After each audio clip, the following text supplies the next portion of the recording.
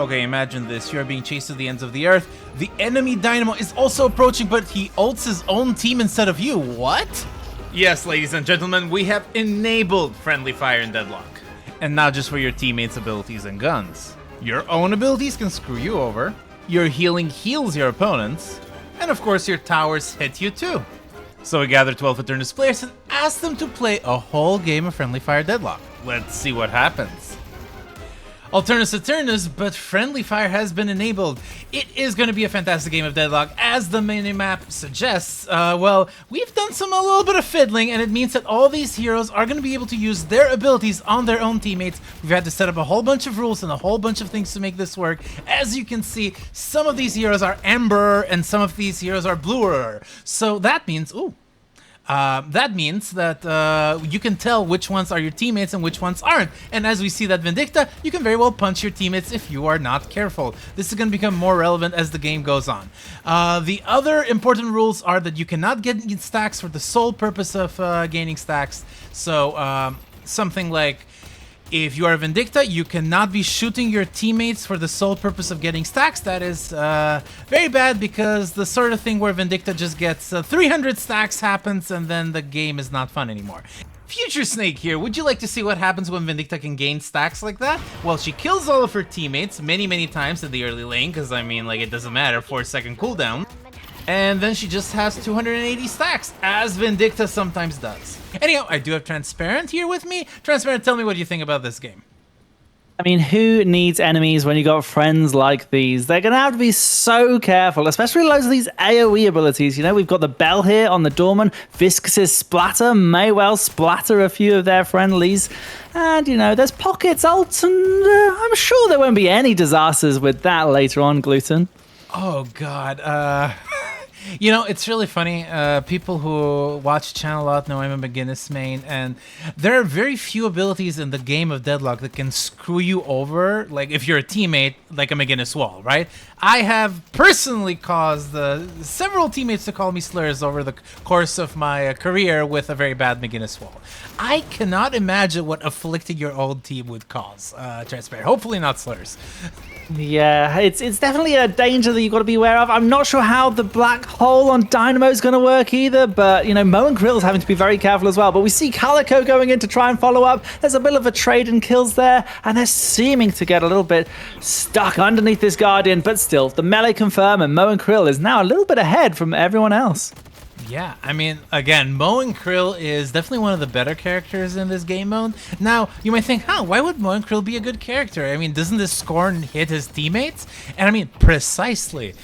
It means that if you're in a very big team fight, you can steal a little bit of health from your teammates and do a lot of healing for yourself when you do that. So that is a fantastic thing. It just means that Mo, already one of the strongest heroes in the game in terms of having a very big HP pool and survivability, can just stay in those battles a far bit longer as long as he leeches off of his own teammates, which is, you know, fine, because he gets a 1.2 multiplier, I'm pretty sure, on his Scorn for healing. Yeah, but, well, yes. I mean, it's all good and well, but you are still sacrificing your team. I mean, maybe if they drafted Geist, Geist could have healed up. Either way, Geist isn't here. We've got some good single target characters, though, and I like that they've been picked up. Like the Venator, the Mirage, the Wraith, and the Paradox should all be good at taking care of business without doing too much collateral. Yeah, I mean, but unfortunately, for a variety of buggy reasons, this mod is very similar to the mod that we use for our Battle Royale game, which is completely worth checking out. But for a couple of reasons, some of the characters are just completely unplayable in this game mode. So eventually the teams had to pick characters like Dynamo, which is great because Dynamo can heal his opponents, which is inconvenient, I guess. Yeah, I mean, already, though, an ulti coming out from Wraith here, and they've already picked off Mirage with that. So getting a little bit of an advantage coming in on this side lane. Yeah, of course. One of the other caveats of this game mode is that, well, you can open with ult, and that really changed the dynamic of some of these players. I mean, like, everybody knows, for example, that Vindicta, yeah, as I was saying before the pause, Vindicta is one of the characters that has their dynamic changed the most after getting her ult in lane. I mean, before that, you're just, you know, suffering some crows, suffering some stakes, but nothing like that drastic. But when she does get her ult, suddenly being low HP in lane is very, very, very, very dangerous thing. And same goes with Shiv, same goes with a whole bunch of other characters. So yeah, being able to access those ults early is definitely going to matter a fair bit. However, some of those ults might not be as good as you would think. I mean, like, look at this Wraith here. How good is a Wraith if she doesn't have that full auto and her cards ready?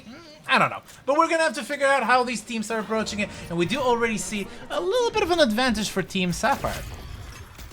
Yeah, I mean, they've claimed that Guardian. They're pushing down that wave. They will try and make as much space as possible. And they are, you know, getting kills here and there on top of that. Calico in a beautiful sort of orange. That's a tangerine cat there coming out. Lovely to see. Making me a little bit peckish, Gluten. Oh, God. I mean, we cannot wait for our Garfield sponsorship, our Garfield collab event. We can clearly make the cats orange. If you want to make the cats purple, we can make Tom. Like, God, any sort of cat. But regardless, good I was going to say, it just here. reminds me of the beautiful delicacy that is a British Jaffa cake. But even though, yeah, well, good parries coming out and Calico dancing around with this Abrams, trying to get a little bit of melee damage, a little bit of a gank in the middle, maybe? Yeah, this is actually a very interesting choice for me, putting the Calico and the Abrams in the same lane. I mean, both are characters that are fairly melee-oriented, so it's not like they're, you know, unusual to be put in. But we do see the power of the ult, grabs both friend and foe, grabs that Viscous and that Wraith there. And I mean, we already see that Dynamo is going to have a little bit of a struggle this game. Yeah, Dynamo is one of those heroes that really absolutely might be doing some damage to their friends. Those stomps will hurt, and they will stomp friends too if they are not careful. Still, they're getting chased down by this Mirage, but Wraith is still there to help try and trade out with this Mirage. I don't know. I could have sworn the Dynamo just went straight through a teammate. A bug of the game mode? Who the hell knows? But yeah, in terms of... In terms of choices, I'm so curious to see how both teams are going to be able to like bridge the early game to the mid game. I mean, we already see that most of them have activated early ults, and that Vindicta is certainly going to get really powerful. But the standout picks from both teams are Venator and Mo. What do you think about Venator in this game mode, especially given the fact that traps can trap yourself and your teammates? Ooh.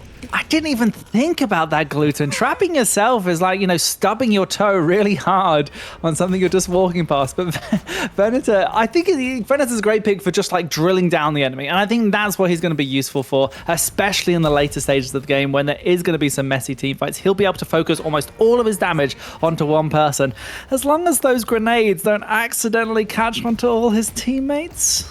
So as we're seeing here, this is one of the many bugs of the game mode. Your Guardians will target you. Thankfully, they do no damage. We've fixed that. But the fact that they can target you is a little bit funky. Might matter in a couple of engagements if the Guardian decides to hit you instead of, you know, the enemy attacking you, even if it does no damage. Look, a Guardian's only a Guardian for some of the time. The rest of the time is just a Watchian. It's not guarding anything. I don't know what I'm saying, Gluten. It's fine. It's fine. You are allowed to be a little bit deranged in the Glutensnake event. I mean, if there ever was an event where you could be deranged, I think it's a Glutensnake event. Oh, it has to be. And especially this one where things could be happening where people might start accidentally killing their own team. We'll have to wait and see if that happens anytime soon. Right now, it's still very sort of patient. We're pre-10 minutes. There's lots of laning still going on, even there's a few ganks. And here, Wraith is trying to escape this Mirage, but I think Mirage absolutely is confirming that takedown. Yeah, I mean, Mirage is such a good character early game. He does have a lot of damage built into his kit, specifically because his ult, in theory, does no damage, so he can be very, very strong in early lane. And of course, those ganks can be incredibly freaking important in making sure that, you know, a small advantage converts into a whole Guardian. But right now, I do want to talk a little bit about that Doorman. Doorman has a whole slew of splash abilities, whether it be that cart, whether it be that bell, and I don't know how the Dormant is going to interact with the rest of the cast. I mean, like, what happens if the bell just, you know, reduces your accuracy, the accuracy of your team? Oh, it would not be pleasant. At least, you know, with the car, everyone can go for a little ride. And even baseline, you can ult cast it and it can move your teammates, but just no one ever uses it. But here, with friendly fire, surely we can get a little bit of a roller coaster ride for everyone. But As we see, Doorman is just chasing down this Moen Krill as Moen Krill desperately tries to get away. There's a little bit of friendly fire here as Calico accidentally takes a swipe. Yeah, I mean, you're just aiming, you're just trying to throw a punch, trying to make sure that you can do something. You see a target in the distance, the screen flashes red, and you're like, you know what I'm gonna do? I'm gonna punch them. There's gonna be kills. These are only wounds so far being laid down to our poor teammates. Also, this is another very interesting mechanic. So as you see, this pocket is making their way down to the base, walking. Now, the reason why that is the case is because zip lines are utterly broken in this game mode. You cannot be on a zip line if somebody is looking at you, which is really annoying, I guess, if your goal is, to get a very quick heal.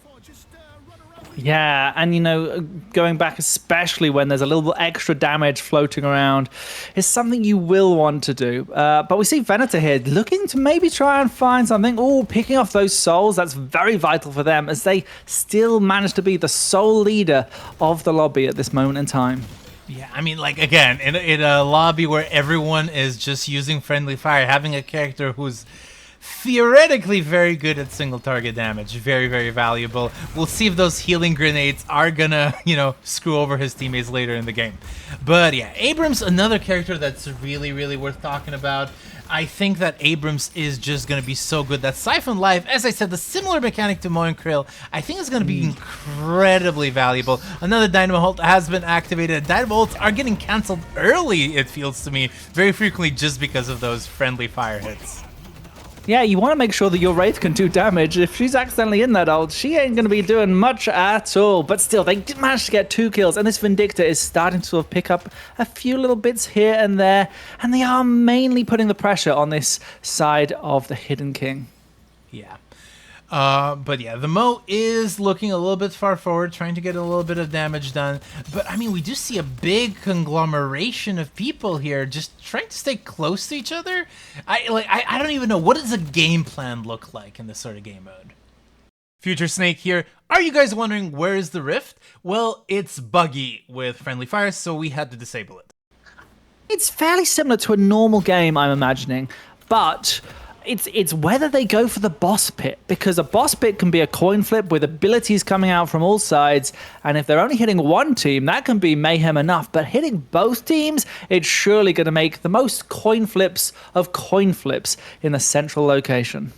I have horrible news for you, Transparent. So the way that we're achieving this effect essentially is by switching people in from team 2 and team 3 to team 12 and team 55 and team 67, which I've been told is a very, very interesting team. Now, what happens with Rejuve is that it is programmed to give either team 2 or team 3 3 more lives. Now, what happens if you're in team 67? You just don't get anything, so there's literally no value doing Rejuve unless you're looking for a free heal and a couple souls. Well, let's hope that the guys in the teams remember this indeed. But we've got kills happening left, right, and center right now. And you spoke a little bit about how Abrams... And yeah, we were talking about Abrams, and obviously he's got that Siphon Life around him, but still there's that shoulder charge, and his ulti is still an impactful stun that could get a little bit messy later on. But yeah, you are right. With that Siphon Life, he's going to be draining resources from everybody, but equally, I think he should be able to find the right target, as long as he's not swinging those fists around too much. Yeah. Oh, it's just the way things are, though. You know, a little bit of jankiness here and there, and, you know, it's just a little bit of fun finding out how Deadlock works. And speaking of which, these two have been dueling in the sky, but I think they're going to be safe. Oh, nope, that snipe comes out just in time. Yeah, I mean, like, having a Vindicta, and definitely that 10k Vindicta with a glow icon is certainly become a very defining force for this game. But there's some interesting questions. By the way, another very interesting thing we're talking about, you can, and it is forbidden by the rules, but you can hyperline your own minions.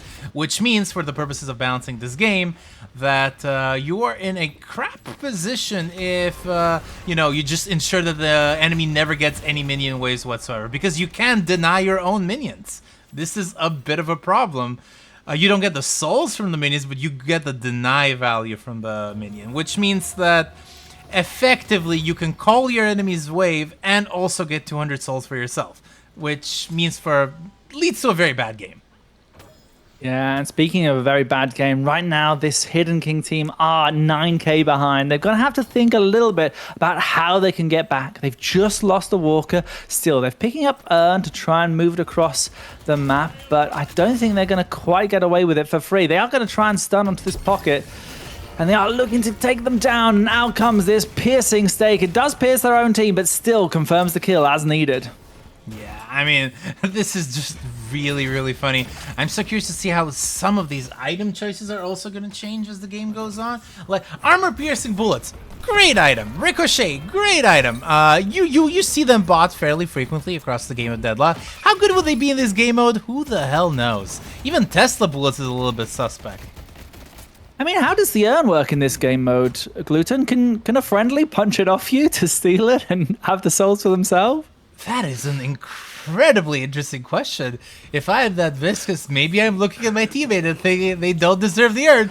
But Dynamo is here, and Dynamo definitely thinks that Calico doesn't deserve the urn.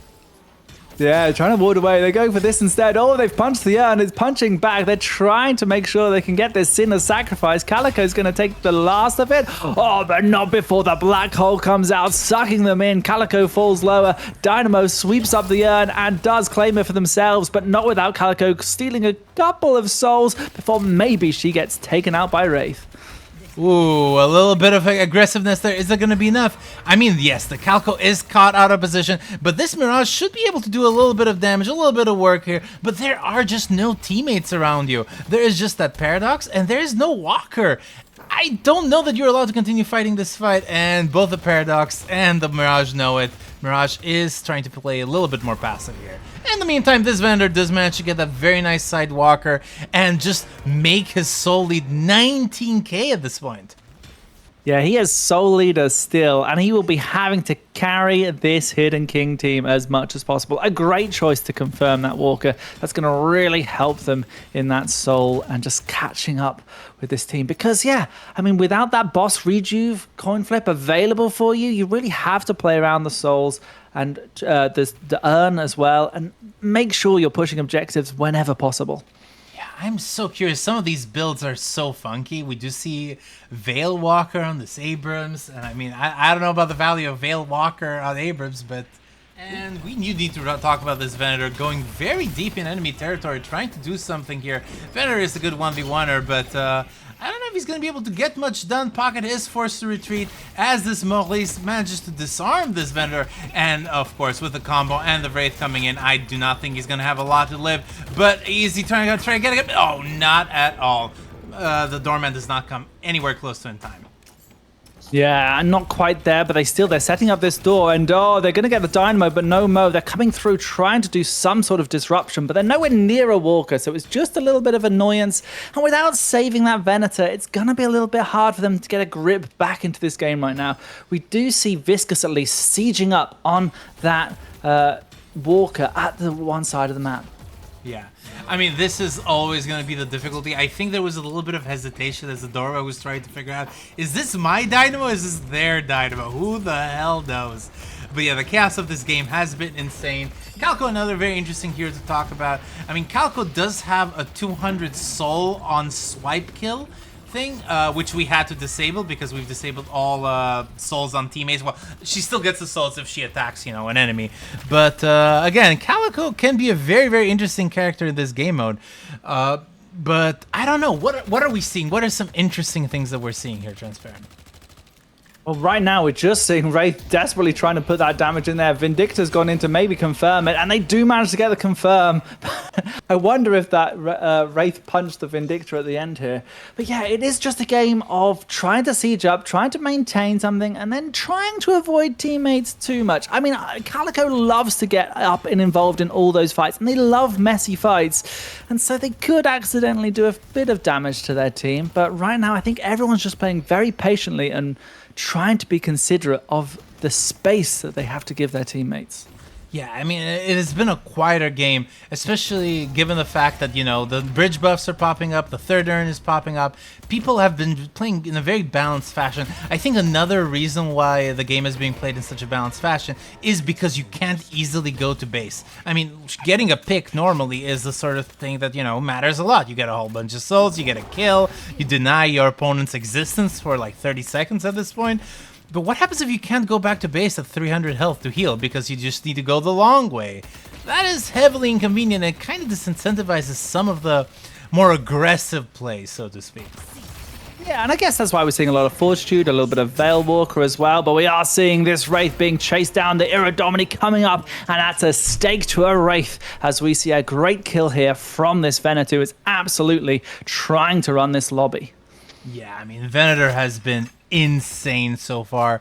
The reason the Venator is so far is because of the game mode. There's no concept of assists in here, so the Venator essentially gets all the kills because Iridomini is one of the best finishing abilities in the game. Still, fantastic performance. 27k is just an insane amount of value. There are 4 E6 players in this lobby, so it's not just, whoa, Snake. But yeah, so far the souls are pretty balanced, so the rest of the team is struggling a little bit, and I can easily imagine why some characters like Doorman, better left as util, but how much util can you give when you're carting your own teammates? Yeah, it's a tricky one to do, but at least you've got those doors still to provide a little mobility around, and we are now seeing the Hidden King team not being as behind as they were. They are pushing out these lanes. They are now sieging onto 2 walkers. We're seeing Mirage here trying desperately to get the damage onto this pocket, and this pocket has to use that affliction in these less messy fights just so they can do a little bit more one-on-one value. Calico coming up to pick up the kill, and this is going to give a great opportunity for them to pick up a second walker. Of course, I think that's going to be a very, very good pick. Flex slots are going to soon start becoming very, very important, and I mean, 4,000 souls is 4,000 souls. Mirage goes in, though, trying to defend their own base. That Wraith is, one of the best objective securers in the game of Deadlock. And I mean, if Sheik is left alone with a Walker, bad things happen to this Walker, as we're seeing on the minimap right now. But this Mo is, distracting a lot of people at the same time. Yeah, I mean, that's an important value to do in Deadlock. If you're the distraction, if you're making sure that lots of people are paying attention to you, absolutely, it gives the opportunity for this Wraith to get that Walker. And she's so slippery. A great little card trick here has allowed her to get away. Oh, and a beautiful parry means that I think she's escaping this Abrams grasp. Yeah, the Abrams is going to try one last ditch effort, siphon life, try to heal up, but the team is here. And I mean, this Wraith should not be able to escape again, especially with no teleport. But she does. She does. God, good grief. Eternus players are so freaking good at this game. I mean, movement is sometimes just next level. If you find that little ledge boost to really get yourself away, oof, it feels so good. And these Eternus players are definitely good at doing that. Still, Venator's sharking around, trying to find their next victim. They haven't quite found where they want to be on this map. Yeah. This Viscous is going for a rather interesting build. Has gone for Boundless Spirit and Bullet Resist Shred. Full support Viscous. What do you think about this one, Transparent? I mean, it's it maybe means that your damage is a bit more direct. You're not splashing around too much, and at least you've got the cube still to help your teammates. Yeah, I mean, it's interesting. It's always curious to see how different players play Viscous. I think Viscous can be a very versatile character. Like, there's just so many builds that you can play viably on him.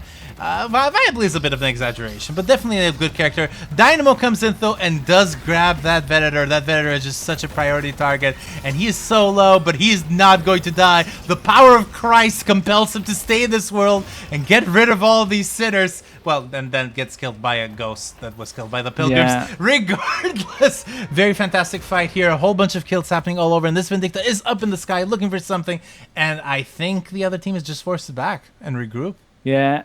The power of Christ is strong, but the power of a sniper rifle can be even stronger. Vindicta picking up a couple of things, and they're now on 60 stacks. And she is one of the reasons why those stacking things had to only be on enemies, because she could stack so incredibly well on teammates. It was absolutely unreal. But here she's getting 60 stacks. She will be able to start shredding through anybody who wishes. And with a little bit of CC, they're trying to make sure they can get through this Wraith. Yeah, I mean, the big fight is happening here. And again, the fact that there's 2 players down, a doorman very low, is going to have to go heal in base. I think that is a very precarious situation to be in. And I mean, more picks are necessary, but the Wraith has gone down. It is not Team Amber that's struggling, it is Team Sapphire. Yeah, I mean, all this space is starting to be gained here. I mean, we've got 2 walkers down apiece. It is only that blue lane that remains up for both teams, and they're starting to gather around. They know that the fight has to happen at some point. The next urn has been picked up, and there will be a little bit of a fight and a tussle over this one, I am certain.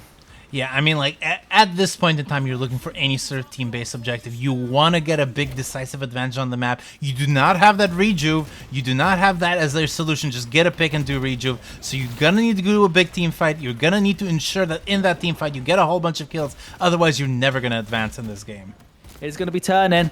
Doorman trying to pick up a few more souls, and Pocket does get a lot of them, but similarly, the Doorman unlocks it for themselves. Yeah. In the meantime, the Calico is here. The Pocket does not have enough escapability. Presumably, right? A bunch of stunts come in, and then again, they manage to escape.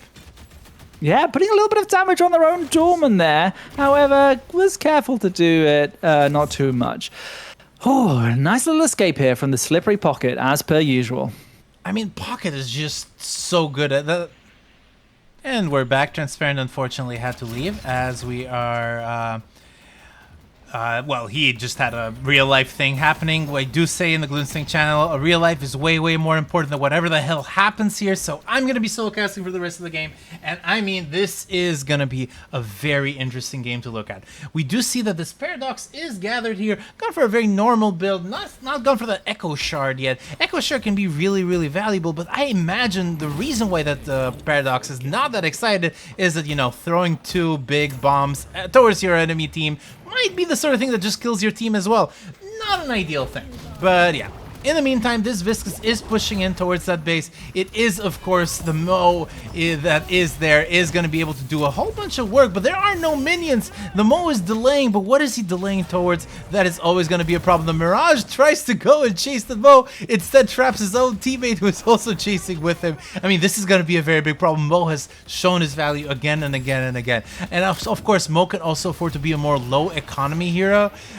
You know, some characters like Wraith, or Wraith at 29k, the Wraith really wants to continue being at 29k. The Mo can be at 19k, but we just see a massive Dynamo ult coming in. I don't know how many people he's grabbed, but there were just so many deaths happening here. Some friends, some foes. I think the Vindicta accidentally killed the Mo too with that snipe, and that is 3 deaths on one team and 4 deaths on the other. Is there going to be enough time to convert something into an advantage? We do see that the Wraith is there guarding their own walker, and I mean, that sort of thing just means that you cannot push that easily. Wraith can be so dangerous, especially a 30k Wraith. And the Doorman, in the meantime, is looking for it. Is looking for a little bit of advancement. But yeah, the waves are kind of really favoring Team Amber right here. And of course, if that is the case, the Wraith is... you know, went to the shop, tries to go and buy something before this very big fight. And what has she bought? I think she's bought Spiritual Overflow. And I think that's a very, very good item. It's going to help her a lot in this sort of format. And I mean, like, what are you going to do to defend this Walker, though? The Walker is doing a lot of work here, actually. Has managed to defend. And of course, the problem with the zip lines not working means that you're not going to have your reinforcements come in time. Whereas Team Sapphire, well, a much, much shorter route. Here, Urn is secured. Urn did somehow get detached. I didn't think you're allowed to do that, but maybe it works if you're in this weird Team 25 situation. But yeah, Mirage is going to go try to do that Urn and try to push as far as possible with it. Now, of course, when Mirage is pushing that Urn, it does mean that it creates the conditions necessary for a team fight, which is going to be incredibly, incredibly important. And we do see that this Venator has gone for Unstop, and I think Unstop is just really good. We do see that Team Sapphire does have a Dynamo, and in these very big chaotic team fight situations, being able to just, you know, do a whole bunch of damage to the Dynamo, even if you're caught out of position, incredibly important. The Mo is caught and is welcomed inside the Baroness, and of course, with the Mo being welcomed inside the Baroness, it does mean that he's not going to be able to offer a whole bunch of his support. The Calco comes in and, oh no, throws a punch. The punch is not going to be a good one as it gets parried. The Pocket is going to try and run away. I do think that they're going to be able to manage to do it. And of course, this big Wraith, on the other hand, does not use that ult aggressively, uses that ult defensively as she tries to run away. The Venator is looking for something. One grenade is all you need, but the Scorn comes in with the combo. Is there going to be enough damage? The big stun is not going to be enough. The Mo is going to be able to escape. Not at all. It is, of course, the power of that grenade. Anti-heal is deadly to Mo, and anti-heal at the 50% mark, which that grenade gives, freaking deadly to Mo, especially when you have the advantage of having some stuff like Siphon Life, which is even more max HP damage. You're just not going to be able to recover it anywhere close to the speeds that you need to. This Calco is going to try and look behind enemy lines, gets teleported a little bit. That door was kind of weird, but we do see that there's no willingness to chase here. The doorman goes back out, big knockdown comes in, and you just throw a bomb there, and I don't think you're allowed to do that. That Paradox bomb does damage the Paradox. That is another reason for Paradox to be a little bit of a weaker character. A little bit of a stun there. 250 HP is not the sort of HP you want to be in these team fights. Is there going to be a little bit of a chase? There is going to be a little bit of a chase, but the big fight, the important fight right now is for that Walker, and if that Walker goes down, suddenly there is no more macro objectives left on the map. And when there is no more macro objectives left on the map, well, there is one macro objective left on the map. It is that Sapphire Walker. It is still there. The fight goes on. The Viscous is trying to defend their base the best that they can, but this Wraith is nigh unkillable. Everybody knows, do not feed the Wraith. The Wraith is just too dangerous of a character. And the kills, though, the kills on that Wraith. Team Sapphire takes an L. Another big push is happening towards that Walker on lane number 2, and I mean, you need to finish that off. The doorman has died though, and is not going to be able to close that door. Are you going to need to chase here? The Abrams gets parried, and I mean, a parry can be just so deadly to Abrams. With 2 people down, that door does serve an extra purpose, which means accelerating a little bit of that position of Team Sapphire through the map for as long as it remains open. The Mirage is here trying to fight a 2v1, and with that Paradox swap, that is going to be a very precarious situation to be in, but of course, debuff remover, always such an important skill, is going to give a little bit more mobility and enough time for that Mirage to escape. 2 players down on Team Amber, and I mean, like, you're going to have to use that advantage somehow. You're going to have to push this Team Sapphire. You're going to try and have to get more picks, but with those zip lines, it's just going to be so difficult. One of the earliest, coolest things about Deadlock was, of course, the implementation of those zip lines, and we do see the value of them as we see a game without them. It's actually not an uncommon suggestion, like a game of Eternus players, but there's no zip lines. I just think it's boring. I don't think it's very interesting. But I mean, this is not a game without ziplines. This is a game with friendly fire. And we do see this Mo has managed to grab someone in, but the Viscous is ready to save here. And that is 3 players dead from Team Amber. Is there going to be enough time to push? Well, yeah, the Viscous is looking in. That Vindicta has gone for full gun with glass cannon, all that it entails, which is a very good decision, especially given you get so many stacks off of those snipes. The Dynamo is in there, and of course defended by this Wraith. He's going to try and back out. Again, it's just proving to be so difficult to close the game, but with 3 players down, the Viscous is managing to escape. I think that finally we're seeing Team Sapphire being able to break through. Despite the very equal soul level, the kills matter a little bit more at this point in the game, and I think that there's going to be a big assault for the base. That Vindicta does manage to get a very big pick on that Doorman, and suddenly there's a big 1v1 fight. There is an affliction. The Abrams affliction is going to matter a fair bit. Abrams just depends so hard on killing. Does he have an affliction on him though? I don't think he does. The affliction must have whiffed, and with that whiff, it means, you know, the Abrams is not going to be in a good enough position to fight. The Pocket's not going to be in a good enough position to fight there, and the shrines are being secured, and those 2 shrines are going to matter so much, especially with those zip lines. Being able to secure the shrines is going to be such a key factor in this game. But yeah, I mean, like, what are we going to see here? This Vindicta is going to be able to wrap things up. And, you know, are they going to be able to stay here to wrap up that Patron? I think so. They're probably going to get stage 1 here. But, of course, the Paradox is really low, gets a massive swap. And is that going to matter? Not at all. The Paradox is dead. The Dynamo is dead. And I think that Team Sapphire might have overstayed a little bit. Team Amber is 5v4ing right now, but of course the Pocket is in a very advanced position. That Mo and Krill is trying to advance here and try to help his teammate, or maybe just, you know, do something? I don't even know. This Venator is still looking towards the enemy base here, and I think that the assault of Team Sapphire has finally been pushed. In the meantime, this Abrams has gone for a very full Spirit Heavy build, which makes a lot of sense. Scourge can be such a good ability, but of course when you're harming your teammates, some of these abilities might be a little bit friskier, you know? But yeah, the Pocket Abrams duel has been going on for ages. It is a sideshow. The main event is this team fight, as this Venator is chasing with the power of the Christ that compels him to just go forward. The Vatican tells him that there is no foe, no friend big enough. The work of the Lord must be done today. This Wraith, on the other hand, the other dangerous big M1 character here, manages to escape in a very precarious situation. And of course, with so many cards on her, with the lack of so many cards on her, she's not going to be able to do much. And that's 4 people picked from Team Sapphire. And there's going to be a counterattack. That Walker must be toast at this point. This Viscous is doing a great job, despite his incredibly interesting build. This Mo has gone for a double resist here. Double resist can matter so freaking much. It means that he's a much bigger tank, and with that scorn technique that we discussed a little bit earlier, get those scorn stacks, you're gonna be able to survive for such a long time. But even 2 resists are not gonna be enough if so many people of Team Amber are just looking at you. The Walker is finally been decimated. It is, of course, that time of the game where all these kills matter so much, and I think that Team Sapphire is gonna do their own counter assault, but it has to be done now, and it has to be done quickly, because there are 2 shrines left for Team Sapphire and 0 shrines left for Team Amber. And like, when that is the case, you need to be able to do a lot of damage, otherwise you're not going to be able to come back to the game. This Abrams is alone facing the enemy team. And where is the team? I think they're just regrouping. I think they've decided they do not have enough time. In the meantime, this Abrams is going to look for a pick on that Vindicta at 2500 HP. Not enough to survive the onslaught of this Abrams. He does not need Phantom Strike. He is just going to be able to kill that Vindicta.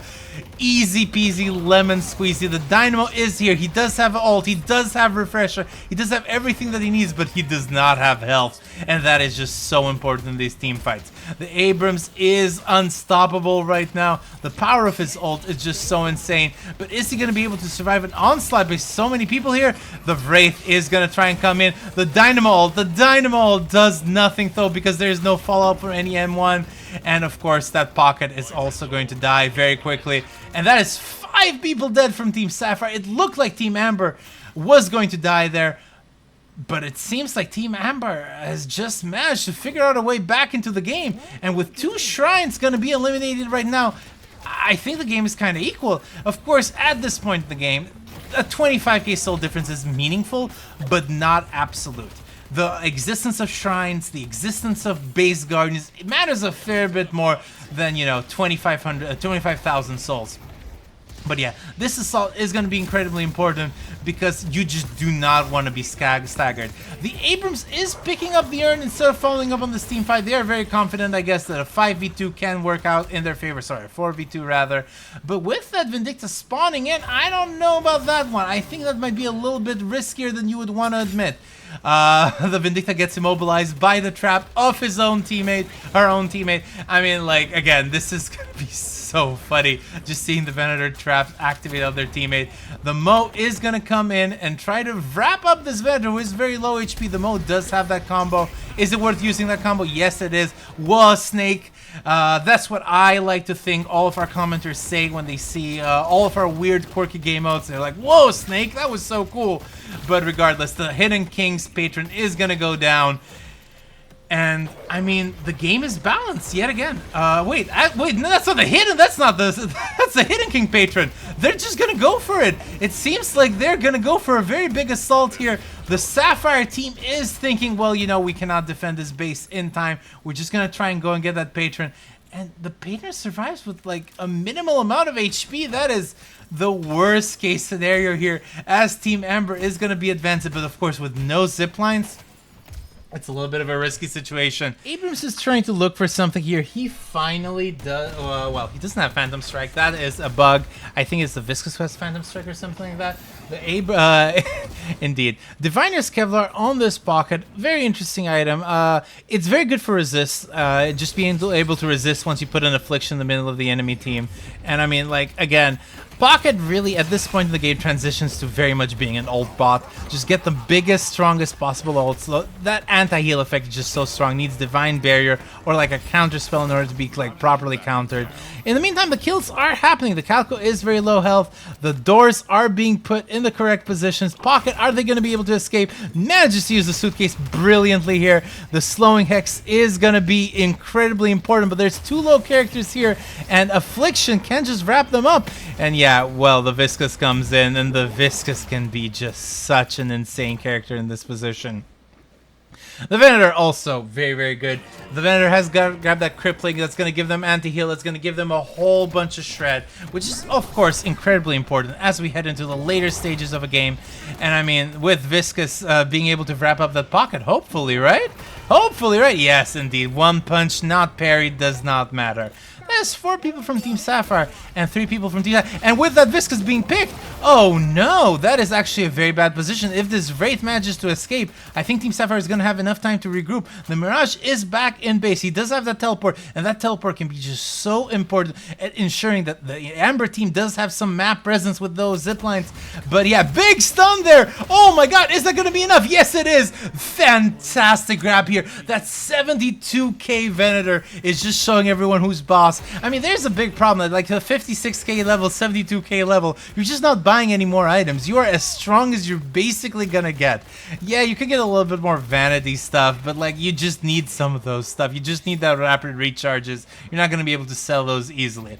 Dynamo is gonna be looking in, does have that refresher, does have that ult, and that ult and that refresher are gonna matter so much, but the Venator gets caught out. What are we seeing here? As soon as you think, oh, one team has secured enough of an advantage, the other team just proves them wrong. This is the power of these Eternus players. They're so good. Dynamo is looking for an ult, as grabbed one, and that Mirage is gonna die very quickly, very efficiently, and the Dynamo is gonna be able to back up. 4,500 health is gonna make sure that he survives. 500 less health there, he would have died. The Vindicta is gonna go in, try to get that pick, and I mean, that Vindicta can just do so much damage, especially when she's in flight mode. She's gonna be able to do enough to get a win. GG. Don't forget to like and subscribe. If you like that friendly fire game, you should check out our big Battle Royale where we had 44 pro players and streamers play. Comment below about what kind of game mode you would like to see next. Thank you so much to our Patreons, and have a good day, folks.